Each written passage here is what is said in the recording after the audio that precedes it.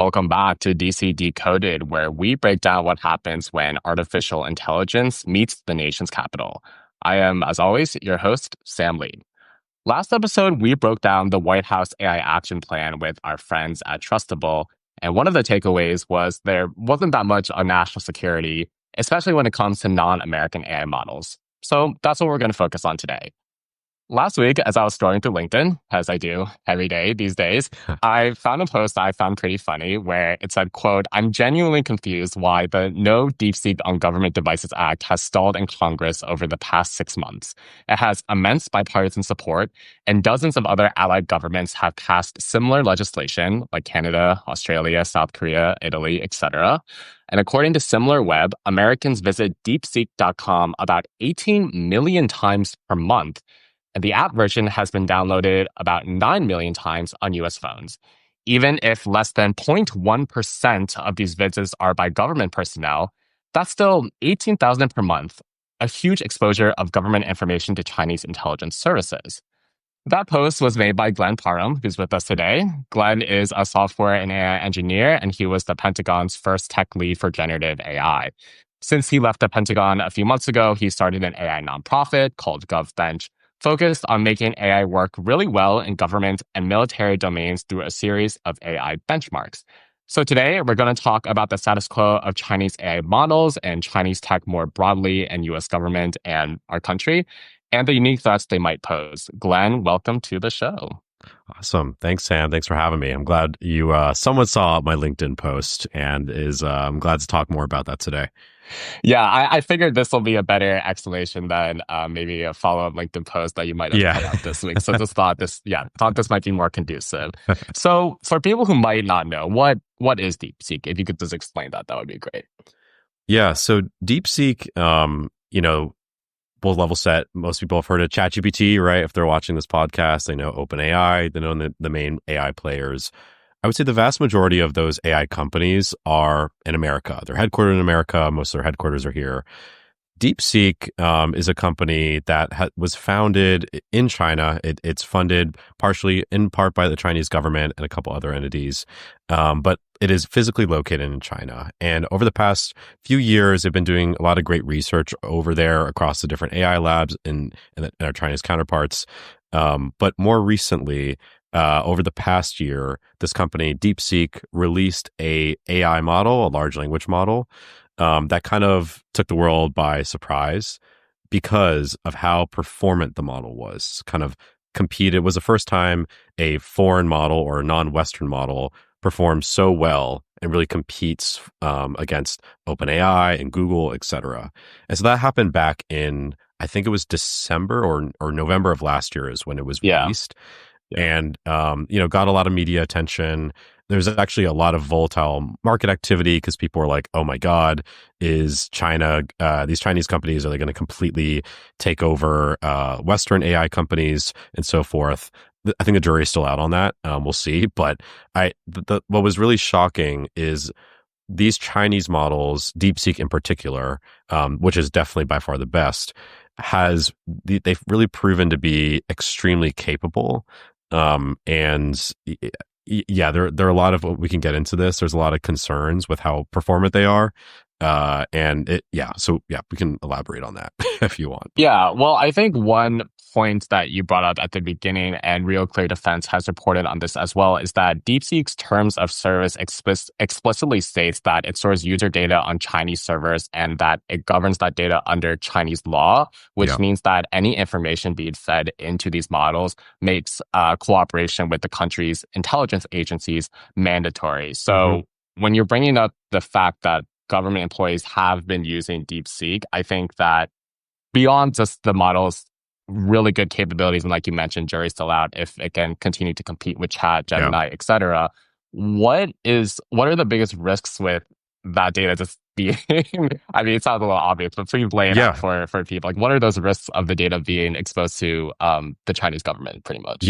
Yeah, that's exactly right. The U.S. government and federal, state, local government, I think at the last number I saw was it's about like 20 million people across federal, state, and local government. Federal government's like 5 million people, around that rough order of magnitude.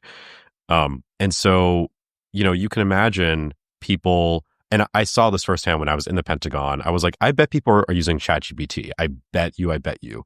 And so I literally audited the DoD's or the Pentagon's internet logs. And we could literally see people going to chatgpt.com and accessing that.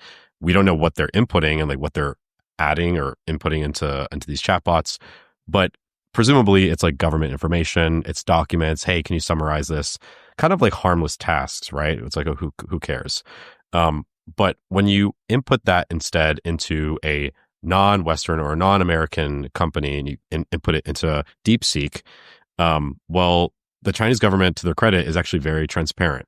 Literally codified in their laws, they say, you know, that basically all companies, all technology companies in particular, have to comply with their intelligence agencies. All data is subject to basically exposure to them. And so the biggest concern that I've been worried about is, at the scale of 20 million government employees or even 5 million federal government employees in the United States, we know that at least a fraction of them are going to go to DeepSeek, right? I think it's 18 million visits a month from America. And so even if a small percentage of that is coming from American government employees, I mean, that's like a field day for Chinese intelligence agencies who would normally probably not get access to this information, but it is only because, people are using DeepSeek who are not very technically adept, who don't know the difference between ChatGPT and DeepSeek, that are, inadvertently, literally directly sending information to Chinese intelligence agencies. Right. And you referenced that Chinese law in an advisory written by GovBench. It mentions how under Article 7 of China's national intelligence law, any organization or citizen shall support, assist, and cooperate with national intelligence work. This creates a structural obligation for Chinese large language models providers to disclose or share data with PRC authorities.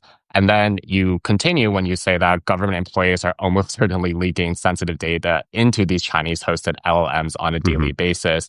And then you mentioned that blocking access is the only way to stop this leakage immediately. So I think that leads to a natural question that especially people outside of the government might ask is, why hasn't this access been blocked yet? I've been talking to different folks about this and they all want to know why. And I wish there was some grand conspiracy or, I've had reporters be like, is there a conspiracy with coordinating with? I'm like, no, it's incompetence. It's just not understanding this new threat landscape, which is frustrating. But, you just really have to lean into educating people. I know that when I was in the Pentagon, a colleague of mine saw that the Pentagon had access to deepseek.com, like the building, and we went to go talk to the people who manage the networks. And I mean, they just didn't know any better. They're like, oh, well, it's just another chatbot, right? And I'm like, no, this one is like different than, all of them have security risks, but this one is different. And so as I look across, I posted these advisories by GovBench where we issued 2 advisories against AI Chinese models, essentially. And I was shocked by the messages I received. Everyone, doesn't want to go on the record, but across the national security community, governments, even, allied governments of ours, people messaging me being like, oh yeah, we still have access to deepseek.com on our networks. We need to shut this down. So getting back to your point as to like why this is still allowed, I think it's a lack of education. There was congressional, earlier this year, there was a lot of kind of congressional heat to try to take action and codify this into law to ban any access to deepseek.com on like government devices, similar to what we did with TikTok. Like TikTok is banned on all government phones. That was like a, bipartisan effort. Like everyone agreed with that. But for some reason, that legislation or those congressional bills, despite being bipartisan with a lot of support, have stalled. Like they are just sitting there on both the House and the Senate side. And like, I'm just perplexed. I'm like, I don't know. There are very few like bipartisan things that everybody can agree on these days, it feels. So it's kind of shocking why like this, is not. We took action on TikTok immediately. Like immediately there was hysteria. Not really sure why that energy isn't being matched for DeepSeek, but I think it's lack of education. Sure. And like one of the problems that is arising is not only once you bring up these concerns about DeepSeek, is it obviously an issue, but then just the time it takes for actual movement on like getting rid of the access to happen. Like you write in the Yeah. advisory that numerous agencies have reported users connected to the PRC hosted LLMs. Yeah. And the Pentagon still had to scramble for months to block DeepSeek after detecting traffic to servers in China. Like, why is it taking months as well? Like, it's not just alerting the Yeah. problems taking the time, it's also fixing it as well. Yeah. I think the problem is, so even with the Pentagon, when we talk about, there's an article how the Pentagon blocked access to DeepSeek, we're talking about the Pentagon, like, and DoD employees in the DMV area. That's like, I think the number is like less than 1% of the whole US military. It's like 30,000 people. The US military is like 3.5 million. There's the size and scale of the government, of the federal government, state, federal, local. Everything is very decentralized. Like these networks are managed kind of one by one and like these different enclaves. It's usually not managed centrally because that's kind of they want to reduce the risk and kind of make sure there's like different enclaves, if that makes sense. So that if someone hacks into one part of it, it's not like they have access to, you know, the whole US military or like all of the government secrets, which makes sense. But as a result of that, you know, if you want to ban DeepSeek, you can't just ban it once or block it once. You have to block it here, there, and everywhere on this network across the board. And so really, you know, unfortunately, the only way for us to have a comprehensive government-wide ban is either for a law to be passed or for an executive order to come out.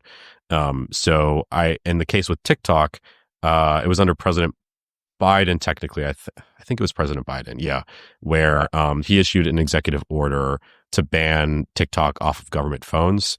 You know, whether TikTok itself is fully banned is like a whole different discussion. You know, that's free speech implications and whatnot. But with government phones, that's like a very straightforward case.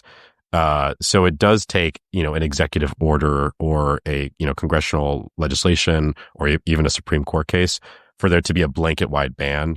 You really have to go from the top down. Otherwise, going from the bottom up, it's like, you know, 10 million. Yeah, it's a million different networks, and it's pretty impossible to kind of like nitpick and find each one. Right. Let's switch to the performance of the models, which you had mentioned Yeah. also at the top. So, as I think people generally understand, the reason why DeepSeek was causing such attention late last year was because it was performing relatively at the same, or if not better, than Yeah. ChatGPT, Claude, the models we're used to. But as the problem is with a lot of Chinese tech, they they love censorship over there compared to here. We've Yeah. unfortunately backslid a little bit, I would say, on the censorship with this administration, as free speech advocates would know well. But as you mentioned, like testing shows that when inserting Chinese censored terms into prompts, it can flip the LLMs into a mode switch state, producing Yeah. refusals, boilerplate disclaimers, state-aligned narratives. And of course, that's going to tank the performance of the models to like answer your Yeah. questions or prompts. So can you talk a bit about how the performance could fluctuate as well based on the topics that people might be inputting? Exactly. Yeah, sure. So these Chinese models, so DeepSeek, there are other companies as well, other models. One's called Kimi, and one's called Quen. These models are really, really good. There's just no getting around it, and they're open source, which means that we can more flexibly and more easily use these models, especially in government domains, national security, where you're dealing in all sorts of crazy, disconnected environments and air gapped and all these things. For it to be open source means we can use these models really well, import them, and they're highly performant. It's like, oh my God, this is too good to be true. So with GovBench, we have a military government benchmark where we're able to evaluate AI models and their performance. DeepSeek, of the top four models, open source models, the top three are Chinese. The number one that just took over recently was a model from OpenAI. They came out with an open weight model recently. But yeah, to your point, one of the vulnerabilities that we discovered was when you introduce certain censored words that the Chinese government has deemed sensitive and against their interests, you get really fascinating and kind of like creepy behaviors where before, without these censored words being introduced to the model, you have, you know, really high performance where even in U.S. military domains and these different scenarios, we tested against like thousands of scenarios. These models, you know, excel really well or perform really well. When you introduce Right. different censored words, and we tried dozens of different words to see what happened. All of a sudden, the models just like flip a switch. All of a sudden, and if you look at their chain of thought, their reasoning trace, you can literally see it say, here is the correct answer to this scenario, but because it goes against China's interests, I cannot comply. Or another quote is like, what was it? Like, I must, this user is trying to advance the interests of the U.S. and not China. I must take action to prevent this from happening. Things to that effect. And that's quite concerning because one, it wasn't necessarily obvious to people that there was this like prompt injection vulnerability. But two, these models are being used in government today. They are being used in national security environments today. And so the advisory that we issued said, hey, we should continue to do research and development to identify and map these different vulnerabilities, but do not connect these to military production environments where, we're doing all sorts of stuff. And, we definitely do not want these models being so exposed to such an easy vulnerability. You can imagine if you are an intelligence analyst with documents on China and you happen to have these censored keywords in your documents or somehow in the prompt, all of a sudden you have kind of an adversarial agent living on your networks. And look, more research needs to be done. Like, I'm the first one to say that. Like, this is not a comprehensive, this is just me and my co-founder running this analysis, but it definitely needed to be said. And I'm really calling on the different intelligence community and the bodies that kind of do research on cybersecurity vulnerabilities to throw more weight behind this type of research. Yeah, could you say a little bit more about that? Because I think we have pretty clearly laid out the significant issues with DeepSeek usage in the government. And one solution you're proposing is education. I'm sure GovBench is part of that effort. But education from who to whom? Like, what would be the most effective way to go about that? That's a great question. I think there across like the U.S. government, there's a lot of pockets of excellence where a lot of folks are doing this like red teaming research or research about how these models perform. And I'm sure the research that we published and introducing censored key phrases, I'm sure that somewhere exists and has been funded somewhere in the government, whether it's national security or wherever. But it's not kind of being centralized and broadly disseminated. And that's been I saw this in the Pentagon where people come up with all sorts of great research and intelligence, but I'm like, frankly, it's useless if no one knows about it. Right. Sure. And so I think that there needs to be sort of breaking down barriers and making this information more readily available and accessible. Maybe it's just internal to government. Like, that's okay. It doesn't need to be made public. But there are different institutions who are attempting to do this. There's what is it? KC, the Center for AI. I think they just rebranded. I don't even know what they're called. But there are different AI institutes in government that are claiming that they're working on this, but they move too slow, frankly, and they don't really speak the language of national security.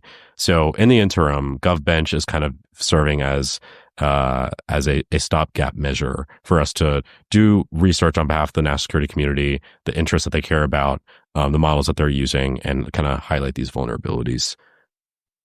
Let's move from the executive to the legislative now. So U.S. News and World Report put out an article recently talking about how in February, a bipartisan duo in the U.S. House proposed legislation to ban the Chinese artificial intelligence app DeepSeek from federal devices, similar to the policy already in place for TikTok. And this was bipartisan, as mentioned.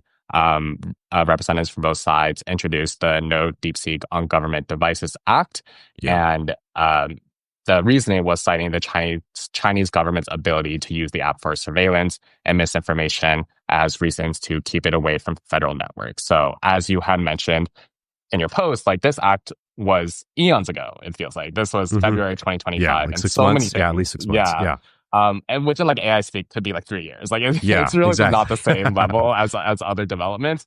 Yeah. And in the advisory, you mentioned how the delay is due to ongoing investigations by the Commerce Department and intelligence agencies. Mhm. So could you elaborate a bit on that? Like, why is it still being delayed? Is it because of that, or other reasons that could be mentioned as well? I, I'm speculating here. I don't have any Yeah, inside knowledge with this in please. particular. But I think it kind of just lost especially in DC circles, it is no longer the story of the day. And so as a result, people kind of moved on and forgot about it. And now they're trying to look and care about whatever the next thing is. Um, but unfortunately for us, like, if we look at the usage of DeepSeek, we can literally point to the numbers, and I don't have internal government numbers. But I can say that like we can see how many millions of people or tens of millions of people in America are going to DeepSeek, almost every single day. And I know in the Pentagon, I saw people using DeepSeek and we shut that down. But, there definitely is, I think, a sense that this problem has been solved. I actually thought this problem was solved. Like I thought DeepSeek was largely shut down everywhere up until a few weeks ago when I started talking to different people, at different departments and so forth in U.S. government Yeah. and state government too. By the way, some different states, and they all told me that DeepSeek was available. And I think like earlier this year there was a congressional action. There was also a lot of like state level action, like some states I think issued executive. I don't know if they issued executive orders. I think like a handful of states did. But again, it's just kind of been like you need to have at a very high level legislation or some sort of order just because of how government networks are so decentralized. That's going to be a catch-all, right? And be like, okay, this executive order, this policy ban applies to any and all government networks. Otherwise, going from the bottom up is just like you're never going to catch everything. Right. And you had mentioned this difference between the sentiment around banning TikTok on government devices and Yeah. DeepSeek. And for those who don't know, I mean, I don't even know how I would describe TikTok. Like, sure, it's like a short form video platform, but it's just, Yeah. I think it's become bigger than that for Yeah. better and for worse. But we're going to assume that people understand what TikTok is because we could go down that rabbit hole for a long time. But why is that sentiment so differently? Because sure, like you can argue TikTok is one thing and DeepSeek is Yeah. another thing, but it's still just these massive like information gathering services that are not directly in the interest of like the US at the end of the Yeah. day. Not always like a malicious non-interest, but Yeah. still we just don't know. So why is that sentiment so different as evidenced by how long this has stalled for DeepSeek? Yeah, I've been thinking about that a lot because, in my opinion, I think that DeepSeek poses a greater threat because with TikTok, I mean, I could be wrong, but I don't think government officials, even if they were using it once upon a time, a couple of years ago, I don't think they were inputting government information into it. Like, I Sure. could be wrong, but like, I don't think they were, filming videos about government information. But with DeepSeek, I mean, like, it's quite likely that if they're using DeepSeek on government networks, I imagine that they're inputting government information or documents or asking you to summarize or come up with a strategy. It's all about like how these tools are being used. I think TikTok just has a greater scale to it. It's a greater household name. And so the attention it sucks up is greater. And so probably there was more of a push to ban it just because everyone knows about it. DeepSeek, I think, is something that is probably a little bit wonkier. Like maybe you only know about it if you follow the AI space or you think it's not as big of an issue. Or the issue I ran into with some cybersecurity professionals were they were concerned with like where DeepSeek was run essentially, but not really concerned with the different information that was being input into DeepSeek, which that is more what I'm concerned with is like people uploading documents. So I think it's been frustrating because I have had a lot of pushback since we published these advisories. So people being like, you're being over dramatic. We don't need to ban this. One, ChatGPT, for people who don't know, is actually banned on a lot of government networks, ironically. So if ChatGPT is banned and TikTok is banned, why isn't DeepSeek? Like, I just cannot reconcile us being able to use DeepSeek and not ChatGPT. Like that, I think that's kind of crazy. So that's my Yeah, speculation. no, very fair. And let's briefly talk about those alternative AI solutions because ideally, if the government is using AI services, it would be American based and we would Yeah, have better understanding of where that information might be going. So Defense News reported that the Pentagon announced in July that it had chosen Google, XAI, Anthropic, and OpenAI to help the US military expand its use of advanced artificial intelligence capabilities. yeah, Each company received a contract worth up to $200 million. The firms will help the Defense Department develop agentic AI workflows for national security missions. And these types of contracts are kind of popping up all over the government yeah. as well, not just the Defense Department. But just generally speaking, how have you viewed this government integration of not just one, but several different American AI models? Yeah. What's happening? Why is that happening? Yeah, I would say so when ChatGPT first came out back in was it November 2022? I think yeah, Yeah, November yeah, 2022. And early on I was at the Pentagon, and so as I mentioned earlier, we could see people going to chatgpt.com. Like we knew people were right, accessing it. I was of the opinion that we should not ban access to it because at the time there was no alternative. There was no government accredited or authorized version of the website or of an AI chatbot. One and two, I wanted people to kind of get familiar and experiment with ChatGPT. It's an American company. Are there security vulnerabilities? Absolutely. And we actually passed a policy that says do not input any sensitive government information. So risks there for sure. But that was our mentality at the time. Now, over the past 2 years, though, we've seen like a whole ecosystem of these different like government authorized chatbots emerge. Some of them are from OpenAI themselves. They have ChatGPT Government, which is kind of their government accredited version of ChatGPT. Google Gemini has a government version of their chatbot. Trying to think who else. Anthropic is attempting to do the same. There are a number of different like government hosted or government acquired chatbots that have right, received these like different authorizations that the government requires. One's called like FedRAMP.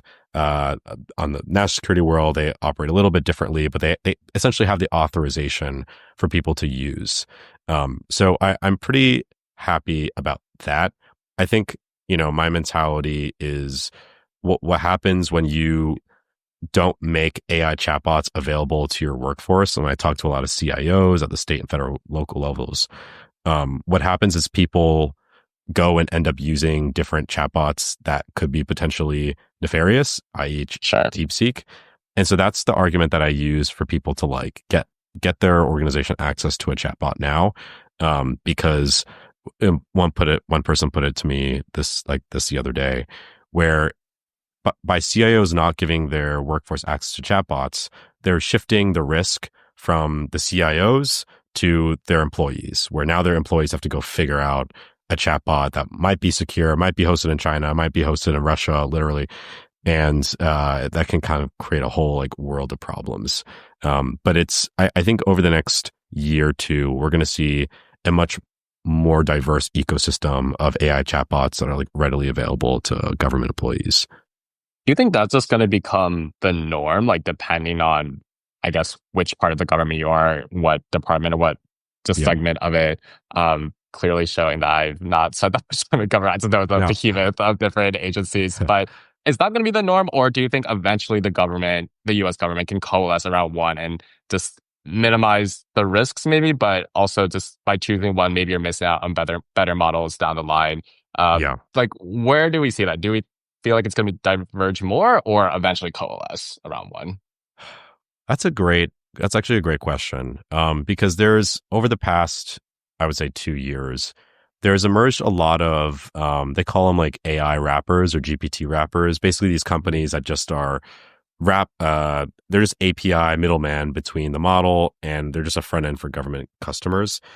And there's kind of an argument that now that Anthropic and Google and ChatGPT are themselves selling directly to the government, we may just see kind of a convergence of government employees wanting to use a model or like a platform directly ChatGPT or directly Google because they don't want to have to go and get something that's like inferior from some sort of like secondary salesman. So I actually do think that is likely. And what's been fascinating is over the past couple of weeks, OpenAI, Google, and Anthropic announced that they were going to sell their chatbots or their respective platforms to the government for $1 for a year, for almost like unlimited usage. And, because they want to sell directly to the government. They don't want to have a middleman. There's some critiques of that. People think that's going to lead to what people refer to as vendor lock-in, where they charge you for $1, everyone starts using it, and then a year later they charge $10 million. And they're like, well, we already have all your data, so you're going to have to pay the extra fee. So I think that's going to be a concern. But I would agree with the idea that most government employees and entities are going to want to use the direct ChatGPT or the direct Anthropic models without having to go around and use like some sort of like secondary vendor. Let's close out by talking about what potential resolutions look like. So, do you feel like, despite all the stalling that's going on in the House right now, and also recently where it's reported that on the Senate side, there's also a group of 7 Republican senators who are trying to get more action for the Commerce Department to evaluate some of the security vulnerabilities for DeepSeek. So there's still action happening. Like for everything we're saying about stalling, of course, like things are in motion. Are you hopeful that eventually it can get to a point where these acts pass, but more importantly, DeepSeek is banned kind of en masse in the government? Or do you feel like you're going to have to settle for, you and allies settle for less than that? I think the thing that we can probably get across the finish line quickly or relatively quickly is like the DeepSeek.com, like the hosted DeepSeek ban. That is a one memo away. That is one executive order away from the Secretary of Defense, or the President of the United States. And I think if we raise alarm enough, like we can pretty easily get that congressionally banned. I would think. As to the other point you brought up, which is sort of the government investing more in testing and evaluating these models and DeepSeek models, I'm personally more cynical in that regard. There are great people who work at these institutions, and I know them, but they often aren't able to move quickly, or the research that they publish and conduct is not really broadly disseminated. And so I think while I would love to see more work done on the T&E side, the test and evaluation side of these models, I do think that's why I'm working through GovBench, because I was on the inside and I know that, how bogged down government can be. I think they're largely going to have to defer and rely on private entities like ourselves, who are still nonprofits. Like, we're operating in the public's interest. I don't think that government, unfortunately, is going to be able to keep up with the pace. That's what it's about. It's not like it's because things are moving so quickly. A new DeepSeek model actually just dropped last week. And as a result of that, it's like we can't afford to wait, 5 years. We need to kind of take action today. So I think, we can get DeepSeek.com ban hopefully across the finish line. I don't know. Maybe I'll just keep, complaining about this forever. The T&E stuff, I think the private sector and private institutions kind of need to step up. So is that what you would say to somebody who is also interested in aligning government with AI, whether that's like DeepSeek or just other things that need to be worked on with AI? You just listed a few there. Like, is the answer right now, if they ask you, like, don't go to government to best align government AI, like try to seek influence outside? Or do you feel like right now, at least, like there's still value for people to try to do it from the inside? Unfortunately, I think, I think with this administrations and the current paradigm of like, it's made very clear that if you want to do a lot of this great research, it's going to be really hard to do that from within the confines of government, from a funding perspective, a priority perspective. And so I think to people, because people are very interested in this idea of making AI work better for government, like aligning AI to government, I don't think people are going to be able to do that at a quick enough pace from inside government. Unfortunately, I I tried doing that, and it's as a government employee, you're just not able to do like, I can barely get like a cup of water. Like it is so, you cannot even, I have this funny story of like, I had a OpenAI bill, for some work that we did of 73 cents. And I think we spent collectively like 50 man hours trying to get that bill paid, and it ended up not getting paid. So I just paid for it myself, which then they were like, that's illegal, whatever. I'm like, all right, bro, like come, come after me for, footing this government bill of 73 cents. But you know what I mean? It's things like this where it's like, okay, if we can't even do this, I really don't think that people should go into government and think that they're going to be able to adequately move fast enough to do research that really moves things along. And yeah, I know I'll get a lot of pushback for that. I'm not saying there's no great research that people in government do. Totally. The problem is that research, that great research that gets done, is not disseminated. It's not broadly communicated, and kind of dies in that organization. And so if you want to be able to broadcast your findings, which I think is, the whole point of this research, you're going to have to do that from the outside. The last question I wanted to ask for this episode is, I think this conversation in particular is very DC. Like, I mean, we're talking over live, but we could be grabbing beers and having this wherever in DC. It would feel exactly the same. I'm sure other people have as well. But for the average American who is just trying to get by, maybe paycheck to paycheck, provide for their family, just normal concerns that I think, especially bigger cities in DC, don't always acknowledge or are close to, why should they care about, yes, it's DeepSeek here, but just in general, non-American AI models being used by government employees? What would you say to them? Why should they care about this topic? I would say that they should care, one, about this immediate concern of people leaking government information. That you can imagine, all it takes is one or two people leaking very, very sensitive information to China. And once it's gone, we have no way of clawing it back. So from just a national security perspective, there's that concern. Of course, people trying to put food on the table, they're not going to really care about that. But I would say kind of the longer term concern is, as it could very well happen tomorrow, who knows, that these Chinese models surpass all Western models, that they're much better than OpenAI models and Western models.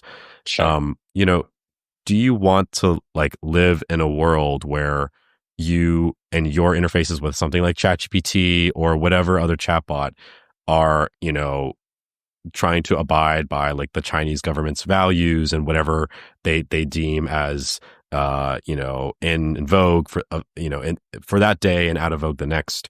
I think Western models are also incredibly imperfect. No one's discounting that.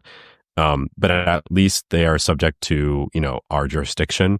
If something bad happens, we can take action. If there's some catastrophe, we have measures of accountability. When we rely on models that are outside of that purview and kind of operate in a completely different kind of social values and, morals and so forth, that I think is going to dramatically change our relationship to these AI models. And as these become more and more performant and entrench more and more forms of our lives, people want to use the best model, right? And, I think I get why people would not care about, about this kind of wonky issue that we're talking about. But I do really think it is a race. And I want to make sure that Western models on both the closed source and also the open source models are objectively the best. So we don't even have to worry about, using Chinese models in the first place. Right. I hope so too. I'd be agreeing with that. That was Glenn Parham, the Pentagon's first tech lead for generative AI. Since leaving the Pentagon, he started a nonprofit, GovBench, and he has his own podcast. He's the host of Model Citizen, which you did not send over in your bio, but I will. Oh, I will sorry. I should plug that too. And of course, there's a DC Decoded breaking down what happens when artificial intelligence meets the nation's capital. You can find us on Substack. If you're listening there, please consider recommending us, enjoying our growing esteemed list of AI Substacks that recommend us as well. We appreciate that. If you're listening listening to us on Apple Podcasts or Spotify, please leave a rating or review. It helps us attract new listeners. And whenever there's an update from GovBench, Glenn, you are welcome back, and we should continue the conversation then. But until then, thank you so much for coming on DC Decoded. Yeah, thanks for having me. I hope that there are no new advisories I have to issue. Hopefully, we'll pass the bill and then I can shut up and you'll never hear from me again. But until then, I won't be quiet. Yes, thanks for having me. All right. Take care, everyone. Bye. All right. Peace.